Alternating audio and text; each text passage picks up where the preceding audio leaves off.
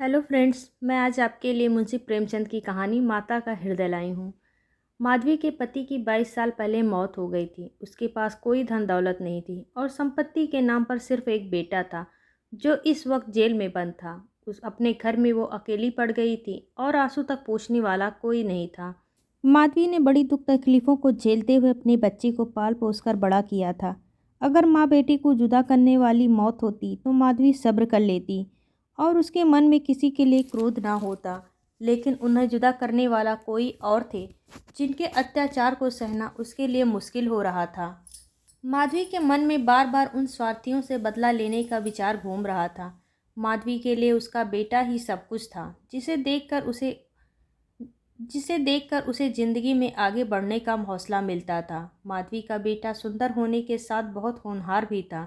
माधवी ने उसकी अच्छी परवरिश की थी कि गली के सारे लोग उसके बेटे की तारीफ करते नहीं थकते थे और यहाँ तक कि स्कूल के अध्यापक तक उस पर जान छिड़कते थे। माधवी के बेटे का नाम आत्मानंद था। आत्मानंद से दूसरों की दुख तकलीफ़ें देखी नहीं जाती थी और लोगों की मदद करने के लिए वह हमेशा तत्पर रहता था। उसे देखकर कोई सोच भी नहीं सकता था कि वह कोई अपराध कर सकता है। माधवी भी यही सोचकर तड़पते हुए दिन काट रही थी कि आखिर उसका क्या अपराध था।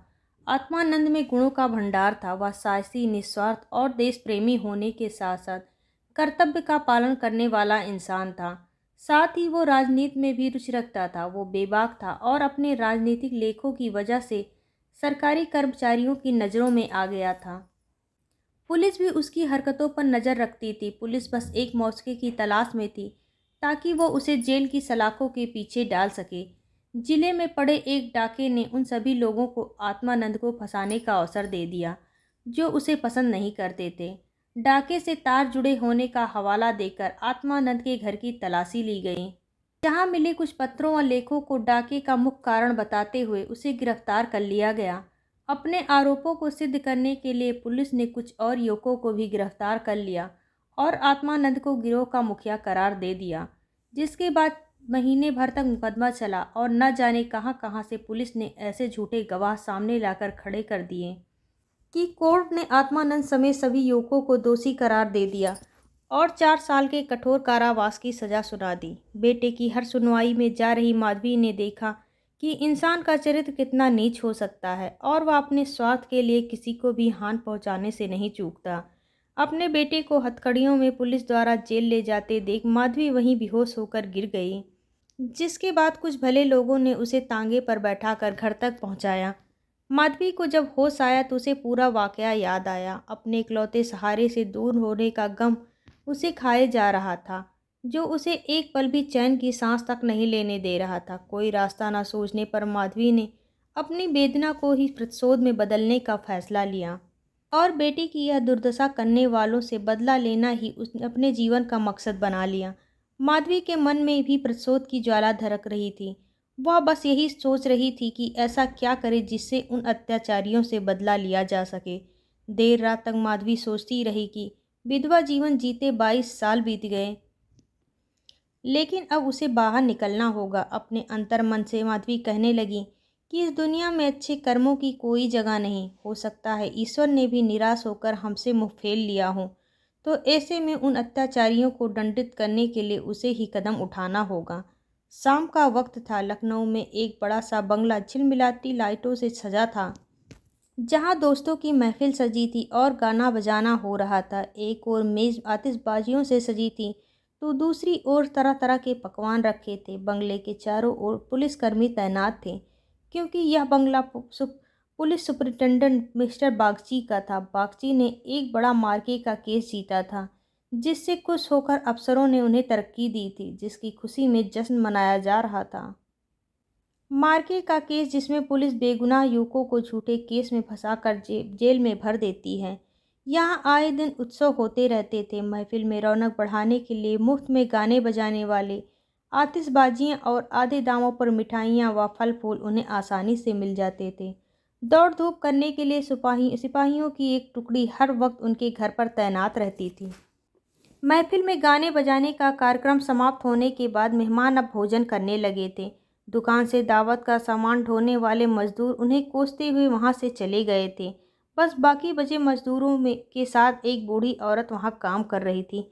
वो बूढ़ी औरत चेहरे पर हल्की मुस्कान लिए अपने काम में मग्न थी। वह महिला कोई और नहीं बल्कि माधवी थी, जो बदला लेने के लिए मजदूर बनकर काम कर रही थी। महफिल खत्म होते होते सभी मेहमान जाग चुके थे। इक्के दुक्के मजदूर बचा हुआ खाना समेट रहे थे। माधवी एक कोने में चुपचाप बैठी एकटक सभी को देखे जा रही थी। सहसा मिस्टर बागची की नज़र माधवी पर पड़ी तो वो उसके पास पहुंचे और बोले, तुम अब तक यहाँ क्या कर रही हो? कुछ खाने के लिए मिला या नहीं? माधवी ने नज़र उठाकर बागची को देखकर कहा, साहब खाना तो मिल गया, लेकिन मेरे पास जाने के लिए कोई जगह नहीं है। अगर आपको ऐतराज़ ना हो तो मुझे यहीं कहीं कोने में पड़ा रहने दीजिए। माधवी की बात सुनकर बागची ने कहा, नौकरी कर लेगी बंगले में, बच्चे को पालना आता है क्या? बागची की बात बात सुनकर माधवी ने तपाक से कहा, जी साहब, बच्चों को अच्छे से खिलाना जानती हूँ। इसके अलावा घर के छोटे बड़े सभी काम कर सकती हूँ। बस मुझे एक मौका दे दीजिए। माधवी की ओर ध्यान से देखते हुए बागची ने कहा, ठीक है, तुम आज से ही काम शुरू कर दो। माधवी को बागची के बंगले में काम करते हुए 1 महीने से अधिक हो गया था। माधवी अपने काम में इतना निपुण थी कि उससे पूरा घर खुश था। बागची की पत्नी का स्वभाव चिड़चिड़ा था और वह आलस व अपनी खराब सेहत के चलते दिन भर बिस्तर या सोफे पर पड़ी रहती और नौकरों पर चिल्लाती रहती। उसके स्वभाव के कारण बच्चे का ध्यान रखने वाली आया ज़्यादा दिन न टिक पाती। माधवी अपनी जली कटी बातें सुनकर भी चुपचाप अपने काम में लगी रहती, इसलिए बागची की पत्नी को उससे कुछ खास शिकायतें नहीं थीं।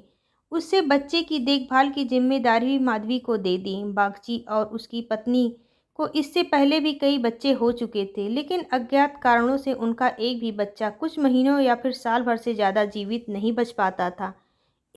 इसलिए इस बच्चे पर दोनों माँ बाप की जैसे जान बसती थी। पढ़े लिखे होने के बावजूद दोनों अपने बच्चे की सुरक्षा के लिए टोना टोटका व जंतर मंतर अपनाते से परहेज न करते।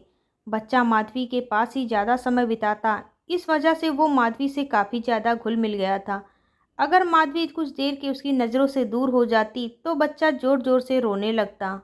बच्चा माधवी को ही अपनी माँ समझता और वह साथ खेलती तो खेलता, वह दूध पिलाती तो पीता और वह सुलाती तो ही उसे नींद आती। अपने पिता को तो बच्चा जैसे अपना कोई अजनबी समझता और माँ उस पर ध्यान नहीं देती थी। माधवी को लगा कि बड़े घर में काम करने से तनख्वाह अच्छी खासी मिल जाएगी, जिससे महीने का खर्च पूरा हो जाएगा। लेकिन यहाँ तो नौकरों से हर एक पैसे का हिसाब लिया जाता। एक दिन बच्चे को गोद में उठाए माधवी ने मालकिन से कहा कि बच्चे के लिए कोई खिलौना गाड़ी मंगवा देती तो अच्छा होता। माधवी की बात सुनकर मिसेस बागची ने कुंठित स्वर में कहा, कहाँ से मंगवाऊं इसके लिए खिलौना गाड़ी? हाथ में रुपए भी तो होने चाहिए। इसका खिलौना 10-20 रुपए में आएगा और इतने रुपए कहाँ हैं हमारे पास? माधवी ने मिसेस बागची को गौर से देखते हुए कहा, मालकिन खिलौना ही तो है। माधवी की बात सुनकर मिसेस बागची ने कहा, अब तुमसे क्या छिपाना? दरअसल तुम्हारे मालिक की पहली पत्नी से 5 बेटियां हैं, जो इलाहाबाद के एक स्कूल में पढ़ रही हैं। पांचों कुंवारी हैं और उनकी पढ़ाई लिखाई और दूसरे खर्चों में इनका आधा वेतन चला जाता है। ऊपर से लड़कियों की शादी करवाने के लिए कम से कम 25,000 रुपये लगेंगे। अब कहाँ से लाएं इतने पैसे? मिसेस बागची की बातें सुनकर माधवी बोल पड़ी, मालिक को घूस भी तो मिलती होगी ना। माधवी ये कहकर चुप हो गई। मिसेस बागची ने गहरी सांस भरते हुए कहा, ऐसी कमाई में बिल्कुल बरकत नहीं होती। काली कमाई का पैसा एक हाथ आता है और दूसरे हाथ चला जाता है। जैसे दिन बीतते जा रहे थे, माधवी के मन में उस बच्चे के लिए स्नेह और भी बढ़ता जा रहा था। कभी कभी बदला लेने की बात याद आती तो वह क्रोध से भर जाती और फिर बच्चे को देखकर शांत हो जाती। वहाँ रहते हुए माधवी मिस्टर बागची के परिवार की स्थिति से वाकिफ हो गई थी। कई बार तो वह अपना दर्द भूलकर उनके परिवार के लिए चिंतित हो जाती और उसका मन दया से भर जाता। माधवी सोचती रहती, मालिक आखिर 5 बेटियों की शादी कैसे कराएंगे? ऊपर से पत्नी बीमार रहती है और बच्चा छोटा है। जरूर इनके परिवार पर अभिशाप है, वरना इतना सब होने के बावजूद कौन दुखी रहता है? कमज़ोर बच्चों के लिए बरसात तो बीमारियां लेकर आती हैं। बरसात में उन्हें अक्सर खांसी, जुकाम और बुखार घेर लेता है। ऐसे ही बरसात में माधवी एक दिन किसी काम से अपने घर चली गई। पीछे से बच्चे ने रो रो कर पूरा घर सिर पर उठा लिया। कुछ देर गोद में उठाने के बाद मिस्टर बागची ने एक नौकर को उसे टहलाने के लिए सौंप दिया। कुछ देर आंगन में घुमाने के बाद नौकर ने बच्चे को हरी घास पर बैठा दिया। बारिश के पानी से जमीन गीली थी और बच्चा ऐसे ही कई घंटों तक पानी में खेलता रहा। वह नौकर दूसरे नौकरों के साथ गप्पे हाँकने में मस्त हो गया। काफ़ी देर बाद जब नौकर को ध्यान आया तो वह बच्चे को फटाफट भीतर ले गया और उसके कपड़े बदलवाए। शाम होते ही जुकाम से बच्चे की नाक बहने लगी और खांसी से गले से आवाज़ आने लगी। शाम जब माधवी बंगले में पहुंची तो बच्चे की हालत देखकर उसका कलेजा फटने लगा। वो बच्चे को लेकर तुरंत मालकिन के पास पहुंची और कहा, देखो जरा बच्चे का क्या हाल हो गया है। इसे सर्दी तो नहीं लग गई। बच्चे की हालत देखकर मालकिन भी हक्की बक्की रह गई, क्योंकि वह ऐसा मंजर पहले भी देख चुकी थी। मिसेस बागची ने तुरंत नौकरों से अलाव जलाने को कहा। मिसेस बागची और माधवी दोनों पूरी रात बच्चे को ठीक करने में जुटी रहीं। दोनों की आंखों से नींद जैसे कोसों दूर थे। ऐसे में सवेरा कब हो गया दोनों को पता भी न चला। मिस्टर बागची को जैसे ही बच्चे के बीमार होने की खबर मिली, वह डॉक्टर को लेकर सीधे घर पहुंचे। 3 दिन में बच्चे की हालत में सुधार आने लगा, लेकिन वह काफ़ी कमज़ोर हो गया था। बच्चे का ख्याल रखने में माधवी ने दिन रात एक कर दिया। यह वही माधवी थी जो परिवार का सर्वनाश करने का संकल्प लिए उस घर में आई थी और आज उसी घर के चिराग की सलामती के लिए दिन में हजारों बार ईश्वर से दुआएं मांग रही थी। शायद माधवी की दुआओं का ही असर था कि बच्चे की सेहत में धीरे धीरे सुधार होने लगा। एक सुबह मिस्टर बागची बच्चे के झूले के पास बैठे हुए थे और मालकिन सिरदर्द के कारण चारपाई पर पसरी हुई थी। माधवी पास में ही बैठी बच्चे के लिए दूध गर्म कर रही थी। माधवी की ओर देखते हुए मिस्टर बागची ने कहा, हम जब तक जिएंगे तुम्हारे एहसान के तले दबे रहेंगे। यह तुम ही हो जो बच्चे को मौत के मुंह से खींच लाई, वरना हम तो उम्मीद ही हारने लगे थे। इतने में मिस्टर बागची भी उठकर पास आ गई और माधवी से कहा, तुम एक देवी बनकर हमारे जीवन के कष्ट हरने के लिए आई हो। आज अगर तुम ना होती तो पता नहीं क्या अनर्थ हो जाता। मेरी तुमसे एक विनती है, वैसे तो जीना मरना सब ऊपर वाले के हाथ में है, लेकिन तुम्हारे हाथ में ज़रूर संजीवनी है। मेरी तो किस्मत ही अभागी है, पर हो सकता है तुम्हारे पुण्य से मेरे बच्चे की जान बच जाए। माधवी चुपचाप मिसेस बागची की बातें सुन रही थी। मिसेस बागची रुआसी आवाज़ में कहने लगी, सच कहती हूँ, अब तो बच्चे को गोद में उठाने तक से मुझे डर लगता है। तुम इसे आज से अपना बच्चा समझो और इसकी माँ बन जाओ। इसे भी तुमसे बहुत लगाव है। तुम इसे अपने साथ अपने घर ले जाओ और वहीं इसकी परवरिश करो। जब तक यह तुम्हारी गोद में रहेगा हमें चिंता ना होगी। मिसेस बागची की बात सुनकर माधवी ने कहा, मालकिन क्यों ऐसे बुरे विचार मन में ला रही हो। बच्चे की हालत में सुधार हो रहा है और देखना भगवान की इच्छा से सब कुछ कुशल मंगल होगा। इतने में मिस्टर बागची बोल पड़े, नहीं बूढ़ी माँ, मेरा दिमाग भले ही इन बातों को ढकोसला करार देता हो, लेकिन मन का एक कोना इस पर विश्वास करना चाहता है।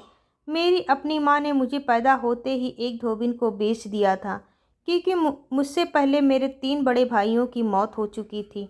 इसलिए मेरी जान बचाने के लिए उन्हें जो उचित लगा उन्होंने किया। अब बारी हमारी है और हमसे जो बन पड़ेगा हम करेंगे। तुम इसे आज से अपना बेटा मानो और इसे साथ ले जाओ। हमें जब भी इससे मिलने का मन होगा चले आएंगे और खर्च की चिंता ना करना। इसकी पूरी परवरिश का खर्चा हम समय समय पर तुम्हें भेजते रहेंगे। मिस्टर बागची ने कहा, मैं जिस पेशे में हूँ मुझे ना चाहते हुए भी कई कुकर्म करने पड़ते हैं।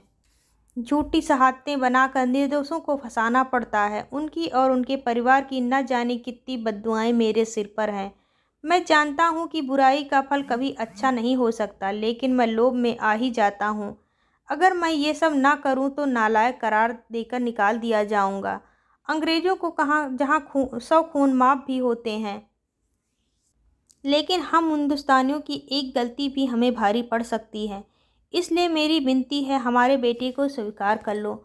माधवी को भी उस बच्चे से बेहद लगाव था, इसलिए वह खुशी खुशी मान गई। गदगद होते हुए माधवी ने कहा, आप दोनों की अगर यही इच्छा है तो मैं बच्चे को अपनाने के लिए तैयार हूँ। मुझसे जो बन पड़ेगा मैं करूँगी। मेरी भगवान से बस यही दुआ है कि हमारे बच्चे को वो अमर करे। बड़ी देर से बच्चा आराम से झूले में सो रहा था। चादर से उसका मुंह ढका हुआ था। माधवी ने दूध गर्म कर बच्चे को पिलाने के लिए जैसे ही उसके मुंह से चादर को हटाया, उसके मुंह से जोर से चीख निकल गई। बच्चे का शरीर पूरी तरह ठंडा हो चुका था और चेहरा पीला पड़ा था। माधवी ने जल्दी से बच्चे को गोद में उठाकर सीने से चिपका लिया और जोर जोर से रोने लगी। बालक सभी को छोड़ भगवान के पास जा चुका था। दिन भर पूरे घर में मातम पसरा रहा और रोने चीखने पुकारों की आवाज़ से जैसे पूरा घर कौंध गया हो। मिस्टर बागची और उनकी पत्नी का भी रो रो कर बुरा हाल था। माधवी, जो खुद बच्चे को खोने के दर्द से तड़प रही थी, उन दोनों को सांत्वना दे रही थी। माधवी उनसे कह रही थी अगर उसके बस में होता तो अपने प्राण देकर भी बालक को बचा लेती, लेकिन ऐसा संभव नहीं है। माधवी, जो अपना बदला लेने आई थी, ममता के बंधन में बंध वह स्वयं दुख लेकर जा रही थी। सच कहते हैं, माँ का दिल दया का सागर होता है। माँ वह देवी है जिसकी निर्ममता को कोई भी मैला नहीं कर सकता। माँ की ममता का पूरी दुनिया में कोई मोल नहीं है। माँ अपने बच्चे को तड़प तड़पता नहीं देख सकती और बच्चे की ममता के आगे वह अपना सारा क्रोध भूल जाती है। वही यह कहानी सीख भी देती है कि इंसान को कभी लालच नहीं करना चाहिए और ना ही किसी का दिल दुखाना चाहिए। पसंद आए तो मेरे चैनल को लाइक और सब्सक्राइब करें।